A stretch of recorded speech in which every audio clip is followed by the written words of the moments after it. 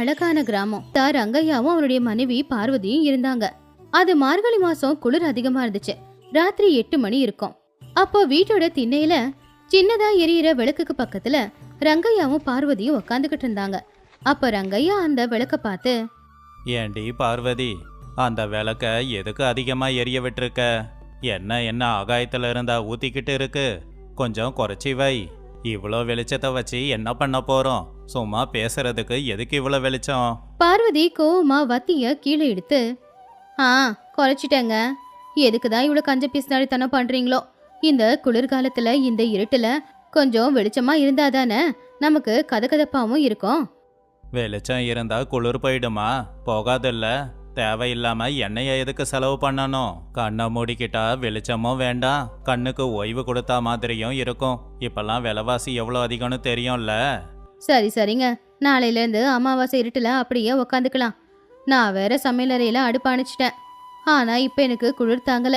பேசாம குளிர்காய கொஞ்சம் நெருப்ப மூட்டிக்கலாமா? அதை கேட்டுறாங்க ஐயா. நெருப்பு மூட்டணுமா? உனக்கு அறிவு இருக்கா பார்வதி? வீட்டுக்கு பின்னாடி இருக்கிற விறக சந்தையில விற்க வச்சிருக்கேன். அதை வச்சு நாம குளிர் காஞ்சா நமக்கு நஷ்டம். அதையே வித்துட்டோம்னா லாபம். உடம்புல உசுறு இருந்தாதானே அந்த லாபத்தை அனுபவிக்க முடியும். இந்த குளிர்ல உசுறு போச்சுன்னா என்ன பண்ணுவீங்க? உசுரெல்லாம் ஒன்றும் போகாது. வீட்டில் கோணி பை இருக்கே, அதை போத்திக்கோ. இல்லைன்னா அந்த புல்லு கட்டுக்கு நடுவில் உக்காந்துக்கிட்டா கதகதப்பா இருக்கும். அதுதானே ஒழிய வீட்டில் இருக்கிற விறக செலவு பண்ண மாட்டேன். பார்வதி கோவமா, நீங்களும் உங்க கஞ்சத்தனமும். குடிக்கிறதுக்கு கொஞ்சம் சுடுதண்ணியாவது கிடைக்குமா?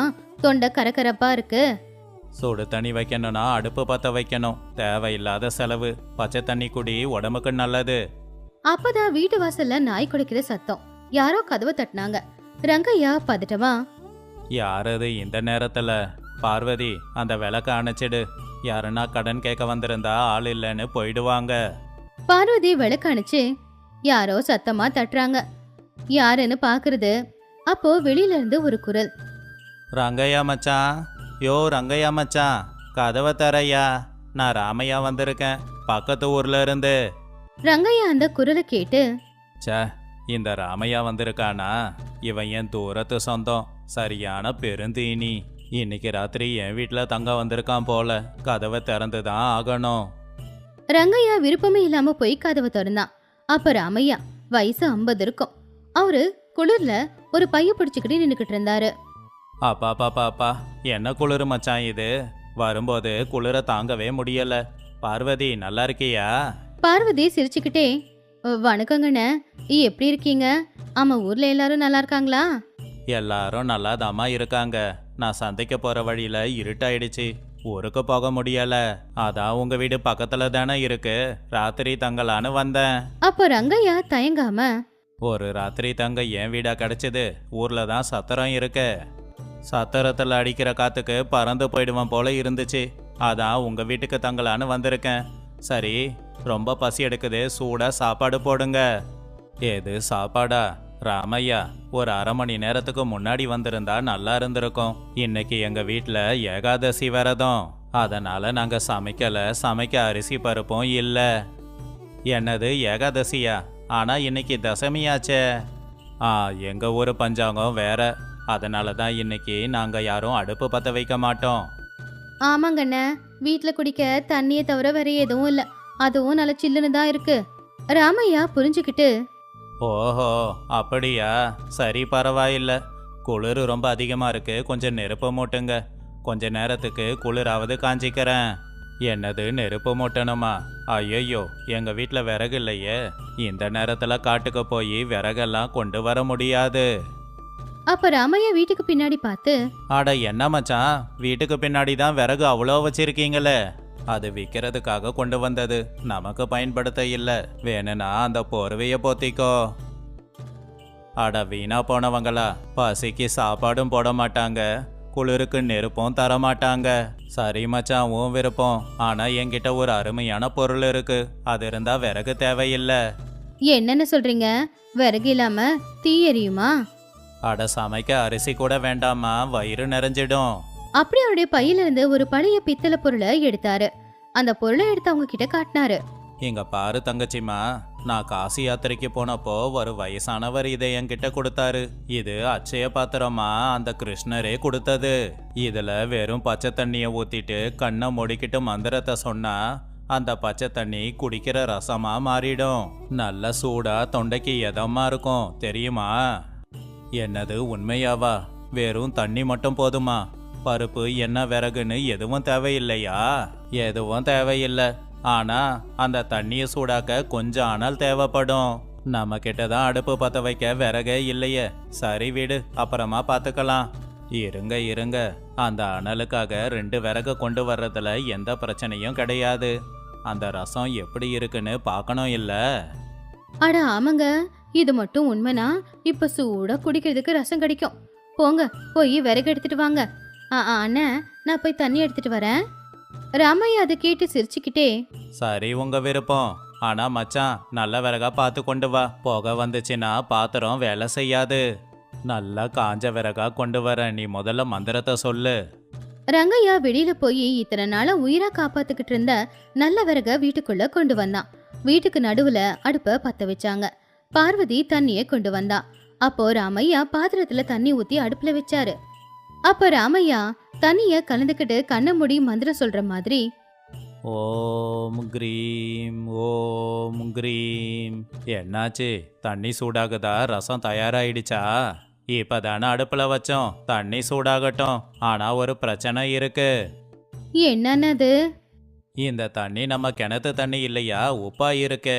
அந்த சாமியார் சொன்னாரு, தண்ணி உப்பா இருந்தா அதுல கொஞ்சம் வெல்லத்தை போடணுமாமா. இல்லனா இந்த மந்திரம் வேலை செய்யாதாமா. வெல்லமா?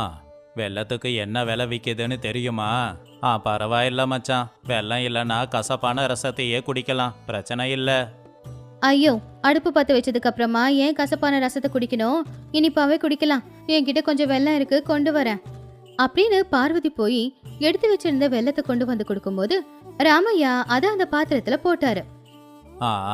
இப்ப வாசம் மாறுது பாருங்க.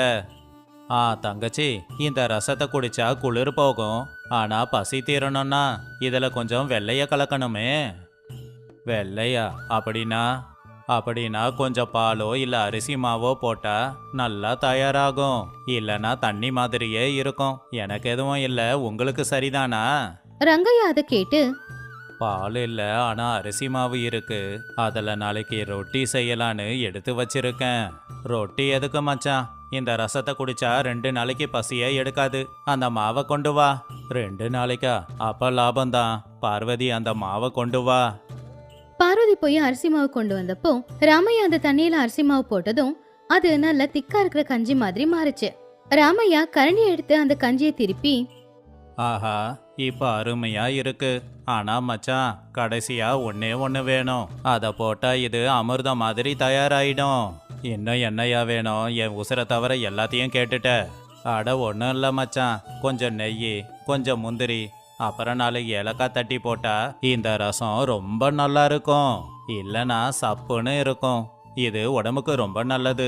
நம்மள மாதிரி வயசானவங்க குடிச்சா 10 யானை பலம் கிடைக்கும். உண்மைதாங்க, நெய் போட்டா பலம்தான். பண்டிகைக்காக நம்ம பீரோல எடுத்து வச்சிருக்கோமே நெய், அதை கொண்டு வரேன் இருங்க. ரங்கையா கோவமா, அடி வீணா போனவளே, பண்டிகைக்கு வச்ச நெய்ய கொண்டு வரேன்னு சொல்றியா? எப்படியும் தண்ணிய ஊத்தியாச்சு, அரிசி போட்டாச்சு, வெல்லத்தையும் போட்டாச்சு. அதையும் போட்டு தொலைப்போம். பார்வதி முந்திரி, நெய், கொஞ்சம் ஏலக்காவையும் கொண்டு வந்து கொடுத்தாங்க. ராமையா அது எல்லாத்தையுமே அந்த பாத்திரத்துல போட்டாரு. வீடு முழுக்க கமகமன்னு மனம் வந்துச்சு. தயாராயிடுச்சு. இந்த உலகத்திலேயே ரொம்பவும் அருமையான ரசம். அடுப்பு அணைச்சிடுங்க. உண்மை சொல்லும்னா ராமையா செஞ்சது பாயசம். அந்த பாயசத்தை கிளாஸ்ல ஊத்தி கொடுத்தப்போ சுடு சுட அதை குடிச்சப்போ ரங்கையாவுக்கும் பார்வதிக்கும் உசுரே வந்த மாதிரி இருந்துச்சு. ரங்கையா அந்த பாயசத்தை குடிச்சு, ஆஹா ராமையா, என்ன ரசம் இது? உண்மையிலேயே அமிர்த மாதிரி தான் இருக்கு. சாமியார் சொன்னது உண்மைதான். உடம்பே சூடா இருக்கு. ஆமான, ஒண்ணுமே போடலனாலும் வயிறும் ரொம்பி போச்சு, எனக்கு தாகமும் தீந்துச்சு. ராமையா சிரிச்சுக்கிட்டே, மச்சான், தங்கச்சி, இப்ப நான் உண்மைய சொல்லவா? என்னடா அது? அந்த பாத்திரத்துக்கு எந்த மகிமையும் இல்லை. சாதாரண பித்தளை பாத்திரம். நான் சொன்ன மந்திரம் கூட பொய் மந்திரம்தான். என்னது? ஆனா சுவையா சூடா இருந்துச்சே. அந்த சுவை நீ ஒளிச்சு வச்சிருந்த நெய் அரிசி மாவால வந்துச்சு. அப்புறம் சூடு நீ ஒளிச்சு வச்சிருந்த விறகால வந்துச்சு. இது எல்லாம் நான் செஞ்சது, தானா உருவானதில்ல. அப்படின்னா இது நீங்க செஞ்சதுதானா?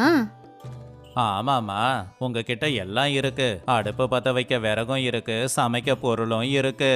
ஆனா ஐயோ செலவு பண்ணா தீந்து போயிடுமேங்கிற பயத்துல இருக்கிறத வச்சுக்கிட்டு சாப்பிட கூட முடியாம இருக்கீங்க.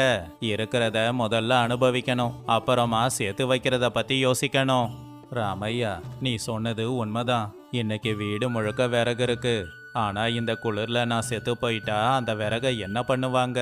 என்னதான் வச்சு எரிப்பாங்க. இருக்கும்போதே அனுபவிக்கணும். அதான் மச்சான் நானும் சொல்றேன், சிக்கனம் நல்லது, சேர்த்து வைக்கிறது எதிர்காலத்துக்கு நல்லது. ஆனா அதுக்குன்னு கஞ்சத்தனமா இருந்து நாம வாழ்க்கைய வாழலனா அப்புறம் சேர்த்து வைக்கிறதுக்கு அர்த்தமே இருக்காது இல்லையா? ஆமாண்ணே, நீங்க சொன்னது உண்மைதான். நாங்க இத்தனை நாளா எல்லாம் இருந்தாலும் இந்த குளிர்ல நடுங்கிக்கிட்டு இருந்தோம். நாளைக்கு காலையில உங்களுக்கு அடுப்பு பத்த வச்சு குடிக்க சூட தண்ணி காய்ச்சி கொடுக்குறேன்.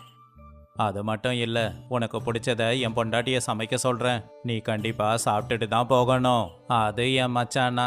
சரி, இப்ப போர்வையை போத்தி தூங்கலாம், நாளைக்கு காலையில பார்க்கலாம். அன்னைக்கு ராத்திரி குளிர தாங்கிக்கிட்டு யாரும் படுக்கல, நல்ல கதகதப்பா தான் படுத்து தூங்கிக்கிட்டு இருந்தாங்க. ராமையாவோட வருகையால அந்த ஊர்ல இருக்கிற ஒரு குடும்பத்துல இருக்கிற 2 பேரோட மனசு நல்லபடியா மாறுச்சு. பணம் அப்படிங்கறது சேர்த்து வைக்கிறதுக்காக இல்ல, வாழ்க்கைய வாழ்றதுக்காக அப்படிங்கறத தெரிஞ்சுக்கிட்டாங்க. இந்த கதையில இருக்கிற நீதி என்னன்னா, சிக்கனம் அது கஞ்சத்தனமா மாறக்கூடாது. எதிர்காலத்துக்காக எடுத்து வைக்கிறது தப்புன்னு யாரும் சொல்லல. ஆனா இருக்கிற வாழ்க்கைக்கு வாழ நாம அந்த பணத்தை பயன்படுத்திக்கலனா இப்ப இருக்கிற வாழ்க்கையை வாழ முடியாது, எதிர்காலத்துல நாம இருக்கவும் முடியாது. இந்த ஒரு கிராமம், அந்த கிராமத்துல ரங்கையா ஒரு சின்ன விவசாயி. அவனுடைய மனைவி ரங்கம்மா ரொம்பவும் கோவக்காரி. ஒரு நாள் காலையில ரங்கையா எழுந்திருச்சு வயலுக்கு கிளம்பும் போது ரங்கம்மா குறுக்குல வந்து நின்னா. என்னங்க தோற, காலையிலே கிளம்பிட்டீங்க? வயல்ல வேலை செய்யறதுக்கா இல்ல ஊர்ல இருக்கிற எல்லாரும் கூடவும் சேர்ந்து உக்காந்து கதை பேசவா? நேத்து ராத்திரி நான் கேட்டனே, அதுக்கு பதில் சொல்லாம போறீங்க? வயலுக்கு தான் ரங்கம்மா. விளைச்சலுக்கு தண்ணி ஊத்தலனா விளைச்சல் காஞ்சி போயிடும். ராத்திரி நீ சொன்னதை பத்தி தான் நான் யோசிச்சுக்கிட்டு இருக்கேன். ஆனா என்ன பண்றது, கையில ஒத்த ரூபாய் இல்லையே. ₹1 கூட இல்லையா? அப்ப என் மானை எல்லாம் கங்கையில கரைக்க போறீங்களா? அடுத்த வாரம் ஊர்ல திருவிழா இருக்கு. பக்கத்து வீட்ல இருக்கிறவங்க எல்லாரும் பட்டு புடவைய வாங்கிட்டாங்க. எதிர் வீட்ல இருக்கிறவங்க தங்க சங்கிலிய வாங்கி போட்டுட்டாங்க. நான் மட்டும் பழைய புடவைய கட்டிக்கிட்டு அந்த திருவிழாவுக்கு போகணுமா? என் நிலைமை இவ்வளவுதானா? இப்படியெல்லாம் ஏன் பேசுற ரங்கம்மா? நம்ம கிட்ட என்ன இருக்கோ அதுக்கு தகுந்த மாதிரி தான் வாழணும். அவங்க கிட்ட பணம் இருக்கு, வாங்குறாங்க. நாம தினமும் கஷ்டப்பட்டு உழைச்சி சாப்பிட்றவங்க. இந்த வருஷம் விளைச்சல் வித்ததும் உனக்கு ஒரு நல்ல புடவையா வாங்கி தரேன். அது வரைக்கும் பெட்டியில இருக்கிற பழைய பட்டு புடவைய கட்டிக்கோ. ரங்கம்மா ரொம்ப கோவமா அந்த பட்டு புடவைய வாங்கி 10 வருஷம் ஆச்சு. அதோட சாயமே வெளுத்து போச்சு. ஊர்ல இருக்கிற எல்லாரும் புது புடவைய கட்டிக்கிட்டு போகும்போது நான் பழைய புடவைய கட்டிக்கிட்டு போகணுமா? உங்களுக்கு என்ன, ஒரு வேட்டையை கட்டிக்கிட்டு ஒரு சட்டையை போட்டுக்கிட்டு ஒரு துண்டை போட்டுக்கிட்டா போதும். பொம்பளைங்க எங்களுக்கு அப்படியா? ஒழுங்கா எனக்கு பட்டு புடவை வாங்கி கொடுங்க, இல்ல இன்னையில இருந்து சமைக்கவே மாட்டேன். சமைக்கலன்னா எப்படி ரங்கம்மா? பசி எடுக்கும் இல்ல? சரி, நான் ஏதாவது பண்றேன். தோட்டத்துல காய்கறி இருக்கு, நான் அதை சந்தைக்கு கொண்டு போய் வித்துட்டு வரேன். அந்த பணத்துல புடவை வாங்கலனாலும் ஒரு ஜாக்கெட்டாவது உனக்கு வாங்கிட்டு வரேன். ஜாக்கெட் தரீங்களா? உங்களுக்கு என்ன அறிவில்லையா? நான் புடவையே கேட்டா ஜாக்கெட் வாங்கி தரேன்னு சொல்றீங்க. இன்னைக்கு சாயந்தரத்துக்குள்ள ₹10 நீங்க கொண்டு வரல, இந்த வீட்ல நான் இருக்க மாட்டேன். நான் எங்க அம்மா வீட்டுக்கே போயிடுவேன். அப்ப ரங்கையா அவனுடைய மனசுக்குள்ள, பிறந்த வீட்டுக்கு போனா சந்தோஷமா தான் இருப்பேன். ஐயோ அப்படி சொல்லாத ரங்கம்மா, நீ இல்லைன்னா வீட்டுக்கு கலையே இருக்காது. சரி, முயற்சி பண்றேன். ஆனா நீயும் ஒரு வேலை பண்ணணும். என்னது? மறுபடியும் என்ன சொல்ல வரீங்க? அதெல்லாம் ஒன்றும் இல்லை. நம்ம வீட்டுக்கு பின்னாடி முருங்கைக்காய் மரம் இருக்குல்ல, அதில் இப்போ முருங்கைக்காய் கொத்து கொத்தா காய்க்குது. அதை கொண்டு போய் சந்தையில் விற்றா நிறைய பணம் கிடைக்கும். ஆனால் குரங்குங்க வந்தால் காயை வீணாக்கிடும். நீ இன்னைக்கு ஒரு நாள் மரத்துக்கு கீழே உக்காந்து பாதுகாத்துக்கிட்டு இரு. ஒரு காய் கூட கீழே விழாம பார்த்துக்கோ. அதை விற்றா தேவையான பணம் கிடைச்சிடும்.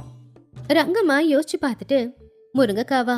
ஆமா, நேத்து சந்தையில முருங்கைக்காய் விலை அதிகம்னு கேள்விப்பட்டேன். சரி சரி, நான் மரத்துக்கு காவல் இருக்கேன். நீங்க வயல்ல போய் கஷ்டப்பட்டு வேலை செஞ்சு சாயந்தரம் வரும்போது ₹10 கொண்டு வாங்க. சரிங்க மகாராணி, நீங்க சொன்னதை அப்படியே செஞ்சிடுறேன். ரங்கையா அவன் மனசுக்குள்ள, அப்பாடா, இன்னைக்கு எந்த சண்டையும் இருக்காது. இவ மரத்துக்கிட்ட உட்கார்றதால ஊருக்குள்ளேயும் சண்டை இருக்காது. ரங்கம்மா ஒரு கைத்து கட்டலை கொண்டு போய் முருங்கை மரத்துக்கு கீழே போட்டு அவ அந்த கைத்து கட்டுல உட்காந்துக்கிட்டு இருந்தா. இப்பதான் வெயில் மேலே ஏறிக்கிட்டு இருந்துச்சு. அப்பதான் அந்த பக்கமா போன பக்கத்து வீட்டு சீதா ரங்கம்மாவை பார்த்து, என்ன ரங்கம்மா, மரத்துக்கு கீழே தவம் செஞ்சுக்கிட்டு இருக்கியா? வீட்ல ரங்கையா அண்ணன் இல்ல? ரங்கம்மா கவலையா, தவம் செய்யல, எல்லாம் என் நேரம்.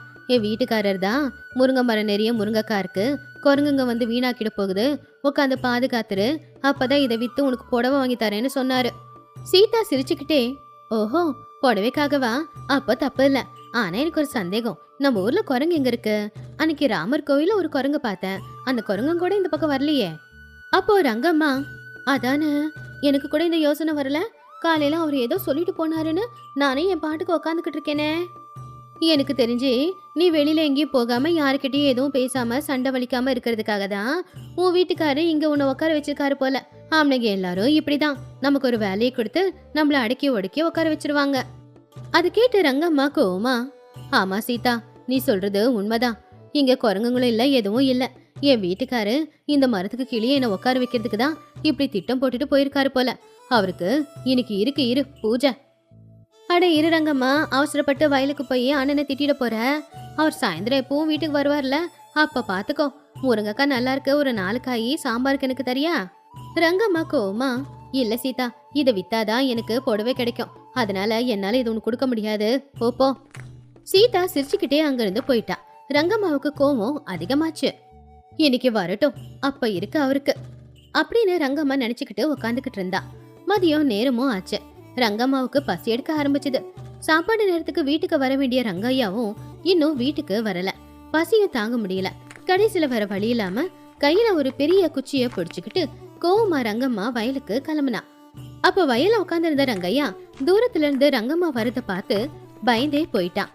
அவளுக்கு எல்லா விஷயமும் தெரிஞ்சுதான் அவ வர அப்படிங்கறத தெரிஞ்சுக்கிட்டு, ஐயோ புயல் வருதே, நான் புயல்ல மட்டும் மாட்டினேன், அப்புறம் அடையாளம் தெரியாம எங்கேயாவது போயிடுவேன், ஏதாவது பண்ணியாகணும். உடனே ரங்கையா எழுந்திருச்சு அவனுடைய வயல்ல இருக்கிற ஒரு பள்ளத்துக்கு பக்கத்துல முட்டிக்கால் போட்டு உக்காந்துக்கிட்டு அந்த பள்ளத்துக்குள்ள எதையோ உத்து பாக்குற மாதிரி பண்ணிக்கிட்டு இருந்தான். அப்பதான் ரங்கம்மா அங்க கோவமா வந்தா. ரங்கம்மா ரொம்ப கோவமா, ஏங்க, என்ன மரத்துல கட்டி போட்டுட்டு வெயில உட்கார வச்சுட்டு இப்படி நீங்க பள்ளத்தை நோக்கி என்ன பாத்துக்கிட்டு இருக்கீங்க?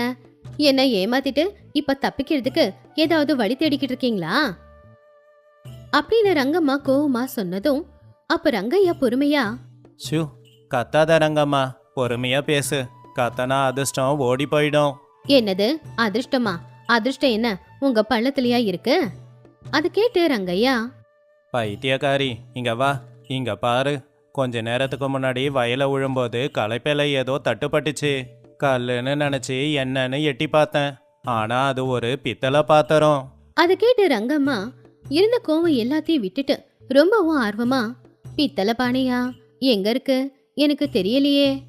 மண்ணு போட்டு மூடி வச்சிருக்கேன், யார் கண்ணுலயும் படக்கூடாதுல்ல, அது சாதாரண பானை இல்ல. எங்க தாத்தா அப்பெல்லாம் சொல்லுவாரு, நம்ம வயல்ல ராஜா காலத்து புதையல் இருக்காமா, அது இப்பதான் வெளியில வந்திருக்கு. ரங்கம்மா அதை கேட்டு ரொம்பவும் ஆசையோட, புதையலா? அப்படின்னா அதுல தங்கம் இருக்குமா, வைரம் இருக்குமா? கண்டிப்பா இருக்கும், ஏன்னா அந்த பித்தளை பானை ரொம்ப கனமா இருக்கு. ஆனா இதுல ஒரு பிரச்சனையும் இருக்கு. என்ன பிரச்சனை? பேய் இருக்கா? பேய் இல்ல, ஆனா அந்த பானையோட மூடியில ஏதோ எழுதி இருக்கு.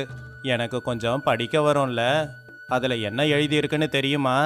இந்த புதையல் சொந்தமாகணும்னா நல்ல குடும்பத்தை சேர்ந்த ஒரு மருமக காலையில எழுந்து குளிச்சு வாயை திறக்காம அமைதியா இருந்து அந்த பொண்ணு அவ கையால அந்த பானையை எடுத்து கையில வச்சுக்கணும். அதுக்கப்புறம் வீட்டுக்கு போற வரைக்கும் வாயை திறந்து பேசவே கூடாது. ஒருவேளை ஒரு வார்த்தை பேசினாலும் அந்த தங்கம் எல்லாம் மண்ணாவோ கல்லாவோ மாறிடுமா. ரங்கம்மா ஆச்சரியமா, ஒரு வார்த்தை பேசுனா எல்லாம் மண்ணாயிடுமா? ஆமா, அதனாலதான் நான் எடுக்கல. நல்ல வேலையா நீ வந்துட்ட, நீ நல்ல மருமக தான். ஆனா உன்னால பேசாம கொள்ளாம இருக்க முடியுமா? உனக்கு வேற கோவம் அதிகம். வழியில யாராவது பேசுனாங்கன்னு திட்டினா என்ன பண்றது? அப்புறம் நம்ம புதையல் வீணா போயிடுமே. அது எப்படி? கைக்கு வந்ததை வீணா போக விட்டுருவேனா? நான் பேச மாட்டேன், வாய்க்கு பிளாஸ்டர் போட்டு ஒட்டின மாதிரி இருப்பேன். இதை வச்சு நகை வாங்கிக்கலாம்ல? நகை வாங்குறதா? வீட்டுல வேலைக்காரங்களையே வச்சுக்கலாம், நாம ஜமீன்தாரா வாழலாம். ஆனா நிபந்தனை தான் கஷ்டம். நீ உடனே வீட்டுக்கு போய் தலைக்கு குளிச்சுட்டு ஈர துணியோட இங்க வா. அதுக்கப்புறமா இந்த குடத்தை நீயே தூக்கு. ஆனா ஞாபகம் இருக்குல்ல, வீட்டில இருந்து நீ கிளம்புனதுல இருந்து திரும்ப வீட்டுக்கு போற வரைக்கும் நீ ஒரு வார்த்தை கூட பேசவே கூடாது. ரங்கம்மா சந்தோஷமா தலைய ஆட்டினா. இதுக்கு முன்னாடி இருந்த கோபம் எல்லாம் போய் இப்ப அவ கண்ணுல ஆசைதான் தெரிஞ்சுது. சரி, சீக்கிரமா போயிட்டு யாருக்கும் சந்தேகம் வராம வா. ரங்கம்மா சந்தோஷமா அங்கிருந்து வீட்டுக்கு போனா. ரங்கையா அப்பாடா அப்படின்னு பெருமூச்சு விட்டான். ரங்கம்மா திரும்பி வர்றதுக்குள்ள செய்ய வேண்டியது எல்லாத்தையும் செய்யணும்னு நினைச்சு உடனே போய் பானை வைக்கிறவங்க கிட்ட பானையை வாங்கிட்டு வந்து அது வெளியில மண்ணெல்லாம் பூசி பழைய பானைய மாதிரி ஆக்கி வயல்ல இருக்கிற சின்ன சின்ன கூழாங்கல்ல மண்ணு கல்லு எல்லாத்தையுமே கொண்டு வந்து அந்த பானைய அந்த பள்ளத்துல புதைச்சு வச்சுட்டான். அதுக்கு மேல மண்ணை போட்டு மூடி வச்சுட்டான். இன்னொரு பக்கம் ரங்கம்மா வீட்டுக்கு போய் வேகமா தலைக்கு குளிச்சுட்டு வீட்டுல இருக்கிற நல்ல புடவைய கட்டிக்கிட்டு நெத்தி நிறைய குங்குமம் தலை நிறைய பூவை வச்சுக்கிட்டு ஒரு வார்த்தை கூட யாருக்கிட்ட பேசக்கூடாதுன்னு முடிவு பண்ணி அவன் நடந்து வயலுக்கு போய்கிட்டு இருக்கும்போது, என்ன ரங்கம்மா, இன்னைக்கு பார்க்க ரொம்ப அழகா இருக்கியே. ஆனா இன்னைக்கு ஊர்ல திருவிழா எதுவும் இல்லையே. ரங்கம்மா பதில் கொடுக்கல. என்ன ரங்கம்மா, காது கேட்கலையா? கூப்பிட்டாலும் பார்க்க மாட்டேங்கிற. புருஷன் கூட சண்டை போட்டுடியா? வீணா போனவனுங்களா, புதையில என் வீட்டுக்கு வரட்டும், அப்ப இருக்கிறவங்க எல்லாருக்கும் அப்படின்னு ஒரு வார்த்தை கூட பேசாம ரங்கம்மா வயலுக்கு போனா. அப்ப சீதா தடுத்து நிப்பாட்டி, என்ன ரங்கம்மா வயலுக்கு கிளம்பிட்டியா? ஆமா, கையில என்ன பை கொண்டு போற? சீதா அப்படி தடுத்து நிப்பாட்டினதோ ரங்கம்மாவுக்கு கோவம் இன்னும் அதிகமாச்சு. ஆனா எதுவும் பேசாம கண்ணாலேயே போடி அப்படிங்கிற மாதிரி சொல்லிட்டு போயிட்டா. சீதா ஆச்சரியமா, என்னாச்சு இவளுக்கு, பைத்தியம் பிடிச்சிருச்சா? ஒரு வார்த்தை கூட பேசாம போறா, ஏதோ வியாதி வந்துருச்சு போலியே அப்படின்னு நினைச்சுக்கிட்டு இருந்தா.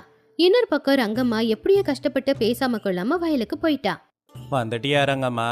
ரொம்ப அழகா பார்க்க மகாலட்சுமி மாதிரியே இருக்க. சரி சரி, அந்த பானையை எடுத்துக்கோ. ஞாபகம் வச்சுக்கோ, ஒரு வார்த்தை கூட பேசாத. ரங்கம்மா சைகையிலேயே தலையசிச்சு சொன்னா. அதுக்கப்புறம் வேகமா அவ அந்த பள்ளத்துக்குள்ள இறங்கி பள்ளத்துல மண்ணு போட்டு பொதிச்சு வச்சிருந்த அந்த மண்பானைய வெளியில எடுத்தா. இது நிறைய தங்கம் தான் இருக்கும் அப்படின்னு அவ அவளுடைய மனசுக்குள்ள நினைச்சுக்கிட்டா. பார்த்து ரங்கம்மா, கீழே போட்டுடாத. அது ரொம்ப கனமா இருக்குல்ல. அதில் நிச்சயமா தங்கம் தான் இருக்கணும். எங்க முன்னோர்கள் தங்க சிலையை வச்சிருந்தாலும் வச்சிருப்பாங்க. அதை எடுத்துக்கிட்டு நீ பத்திரமா வீட்டுக்கு போ. நான் உன் பின்னாடியே வருவேன். ஆனா உன்னை ஞாபகம் வச்சுக்கோ, வீட்டு வாசலை தாண்டி உள்ள போற வரைக்கும் ஒரு வார்த்தை கூட பேசவே கூடாது. ரங்கம்மா சந்தோஷமா அந்த பானையை தூக்கி தலையில வச்சா. அதுல கல்லு மண்ணு எல்லாம் இருக்கிறதுனால ரொம்பவும் கனமா இருந்துச்சு. ஆனாலும் தங்கத்துக்காக அவ கஷ்டப்பட்டு அதை வச்சுக்கிட்டா. வா வா, நானும் வரேன். ரெண்டு பேரும் ஊருக்குள்ள வந்துகிட்டு இருந்தாங்க. ரங்கம்மா முன்னாடி, ரங்கையா பின்னாடி. ஊஜனங்க எல்லாரும் பாத்துக்கிட்டு இருந்தாங்க. ரங்கம்மா தலையில பானைய வச்சுக்கிட்டு அமைதியா யாருக்கிட்டயும் பேசாம போறத பார்த்து எல்லாருக்கும் ஆச்சரியமா இருந்துச்சு. எல்லாரும் ரங்கையாவை கூப்பிட்டு, என்ன ரங்கையா, உன் பொண்டாட்டி தலையில என்ன பானை? தண்ணியா? ஆனா கிணறு இந்த பக்கம்ல இருக்கு. ஐயோ, அது தண்ணி பானையெல்லாம் இல்லப்பா, அது அவளோட வேண்டுதல். ரங்கம்மா திருவிழாவுக்காக மௌன விரதம் இருக்கா. அந்த பானையில புனிதமான மண் இருக்கு. அதை வீட்டுக்கு கொண்டு போய் பூஜை பண்ண போறா. ஓஹோ, ரங்கம்மாவுக்கு இவ்வளோ பக்தியா? சண்டை போடுற பொண்ணுன்னு நினைச்சேன், இவ்வளோ மாறி இருக்காளே. ரங்கம்மா மனசுக்குள்ள, வீணா போனவன் மண்ணுன்னு சொல்றான், தங்க இருக்கிறது தெரிஞ்சா அவன் இதையோ நின்னு போயிடுமே அப்படின்னு மனசுக்குள்ள நினைச்சுக்கிட்டு ரெண்டு பேரும் வேக வேகமா நடந்து எப்படியோ வீட்டுக்கு வந்து சேர்ந்துட்டாங்க. ரெண்டு பேரும் உள்ள வந்த உடனே கதவை இறுக்கமா சாத்திட்டாங்க. அப்பதான் மெதுவா ரங்கம்மா அந்த பானையை எடுத்து கீழே வச்சா. அவ இப்ப பேசலாம், ஆனா பேசுறதை விட தங்கத்தை பார்க்கணுன்ற ஆர்வம் அதிகம். அதனால மூடிய திறக்க போனா. ஏங்க, கதவை சாத்திட்டீங்கல்ல? அப்பாடா, நான் இவ்வளவு நேரம் பட்ட கஷ்டத்துக்கு பலன் கிடைக்க போகுது. இப்ப எனக்கு இந்த புதியல் மூலமா பட்டு புடவை தங்க நகை எல்லாம் கிடைக்க போகுது அப்படின்னு சொல்லி அந்த பானையோட மூடிய திறந்து பார்த்தா அதுல இருந்தது எல்லாமே வெறும் மண்ணும் கல்லும் மட்டும்தான். அத பார்த்து பாவம் ரங்கம்மா ரொம்பவுமே ஆச்சரியப்பட்டா. அவளுக்கு கோவம் தலைக்கு ஏறிச்சு. அப்போ உடனே ரங்கையாவை பார்த்து ரங்கம்மா முறைச்சு, என்ன இது, புதையில இருக்கு, நகை இருக்கு, வைரம் இருக்குன்னு சொன்னீங்க, மொத்தமும் கல்லும் மண்ணுமா இருக்கு. இவ்வளவு கனத்தை தூக்கிட்டு வர வச்சு என்ன ஏமாத்துறீங்களா? இந்த கல்லை நான் தூக்கிட்டு வந்து என் இடுப்பு தான் வலிக்குது. அமைதியா இரு ரங்கம்மா, அமைதியா இரு. அமைதியா இருக்கணுமா? ஊருக்காரங்க எல்லாரும் என்ன பார்த்து சிரிக்கிறபடி பண்ணிட்டீங்க. என்ன இவ்வளவு கனத்தை சுமக்க வச்சீங்க, என்னையே ஏமாத்துறீங்கல்ல. எனக்கு இந்த வீடு வேணா, நான் எங்க அம்மா வீட்டுக்கு போறேன். அப்போ ரங்கையா, இரு ரங்கம்மா, ஒரு நிமிஷம் நீ கொஞ்சம் பொறுமையா யோசிச்சு பாரு. பானையில கல் இருக்குன்னு எனக்கு தெரியும், நான் தான் வச்சேன். நீங்க தான் வச்சீங்களா? எதுக்கு? வேற எதுக்கு? உன்னை மாத்துறதுக்காக தான். காலையில இருந்து நடந்ததை நினைச்சு பாரு. நான் உன்னை அமைதியா இருக்க சொன்னேன். கிட்டத்தட்ட 2 மணி நேரம் நீ ஒரு வார்த்தை கூட பேசவே இல்லை. வழியில பொம்பளைங்க ஆம்பளைங்கன்னு எத்தனையோ பேர் உன்கிட்ட பேசினாங்க. நீ பேசவே இல்லை. உன் மனசுக்குள்ள ஆசை இருக்கிறதால தானே நீ அமைதியா இருந்த. அதனால என்ன, என் ஆசையை நிராசையாக்கிட்டீங்களே. ஆசை போனா போகுது. ஆனா 2 மணி நேரமா நான் எவ்வளோ நிம்மதியா இருந்தேன்னு தெரியுமா? நீ எனக்கு தொந்தரவு கொடுக்காம அமைதியா இருந்தா நான் வேலை செஞ்சு எவ்வளோ சம்பாதிப்பேன்னு தெரியுமா? இங்க பாரு. சட்டப்பையில இருந்து ரங்கையா 10 ரூபாயை எடுத்தான். ரங்கம்மா அதை பார்த்து ஆச்சரியப்பட்டு, 10 ரூபாவா? ஏதிது? நீ பானையை தூக்கிக்கிட்டு வந்துகிட்டு இருக்கும்போது நான் பின்னாடியே சுப்பையாவோட கடைக்கு போய் காய்கறிக்கு பேரம் பேசிட்டு வந்தேன். நீ என் கூட சண்டை போடலைங்கிறதால எனக்கு மூளை நல்லா வேலை செஞ்சது. காலையில காய்கறியை கொண்டு வந்து தரேன்னு சொல்லிட்டு முன்பணம் வாங்கிட்டு வந்தேன். இந்த 10 ரூபாய் உனக்கு புது புடவை வாங்குறதுக்கு தான். பணத்தை பார்த்த உடனே ரங்கம்மாவுக்கு கோவம் கொஞ்சம் குறைஞ்சுது. உண்மையிலேயே புடவை வாங்குறீங்களா? வாங்குறேன். ஆனா ஒரே ஒரு விஷயம். இன்னைக்கு நீ எப்படி பொறுமையா அமைதியா இருந்தியோ இப்படித்தான் தினமும் இருக்கணும். அந்த பானையில இருந்த கல்லு உனக்கு பாரமா இருந்திருக்கலாம். ஆனா எனக்கு இப்ப மனசுல எந்த பாரமும் இல்ல. தேவையில்லாத பேச்சு சண்டை இதெல்லாம் இல்லைன்னா நம்ம வீடு தங்கமா மாறலனாலும் நிம்மதியாவது இருக்கும். தங்கத்தை விட நிம்மதி ரொம்ப பெருசு இல்லையா? ரங்கம்மா கொஞ்ச நேரம் யோசிச்சு பார்த்துட்டு, அப்ப நான் சத்தமா கத்துனா உங்களுக்கு அவ்வளவு கவலையா இருக்கா? கவலையாவா? நரகம் நரகம் தெரியும் எனக்கு. ஊர்ல இருக்கிறவங்க இன்னைக்கு ஒரு நாள் நீ பேசாததை பார்த்து நீ மாறிட்டேன்னு பாராட்டினாங்க. ரங்கம்மா தப்பு புரிஞ்சுக்கிட்டு, ஆமாங்க, வர வழியில எல்லாரும் நான் பொறுமையா இருக்கிறத பார்த்து என்ன பாராட்டினாங்க. சந்தோஷம்தான். இருந்தாலும் உங்க மேல எனக்கு கோவம் போகல. என்கிட்டே கல்ல கொடுத்து சுமக்க வச்சிட்டீங்கல்ல. இந்த கல்லு தான் உன் கோவத்துக்கு மருந்து. தலைக்கு மேல பாரம் இருந்தா எதை பத்தியும் யோசிக்க மாட்ட. சரி இந்தா, இந்த 10 ரூபாய நாளைக்கு கடைக்கு எடுத்துட்டு போய் நீ வாங்கணும்னு சொன்ன புது புடவைய வாங்கிக்கோ. ரங்கம்மா சந்தோஷமா அந்த பணத்தை வாங்கிக்கிட்டு, சரிங்க, நீங்க புத்திசாலிதான். ஒரு நாள் பூரா என்னை இந்த அளவுக்கு ஏமாத்திருக்கீங்க. ஆனாலும் இப்போ எனக்கு உங்க மேல கோவம் இல்ல. நான் போய் உங்களுக்காக சமைக்கிறேன். அதை கேட்டு ரங்கையா, அப்பாடா, என் பொண்டாட்டி முழுசா மாறிட்டா. ரங்கம்மா சமையல் அறைக்குள்ள போனா. ரங்கையா வெளியில வந்து கைத்துக்கட்டுல உட்காந்துக்கிட்டு இருந்தான். ஜெயிச்சதுக்கான ஒரு நிம்மதி அவன் முகத்துல தெரிஞ்சுது. இந்த கதையில இருக்கிற நீதி என்னன்னா, எப்பவுமே நம்ம கிட்ட என்ன இருக்கோ அதை வச்சு வாழ கத்துக்கிட்டா வாழ்க்கையில சந்தோஷமாவும் இருக்க முடியும், இல்லனா நிம்மதியாவது இருந்துட முடியும். இல்லாததுக்கு ஆசைப்பட்டு இருக்கிற நிம்மதியை இழக்கிற அந்த சந்தோஷம் நமக்கு தேவையில்லை.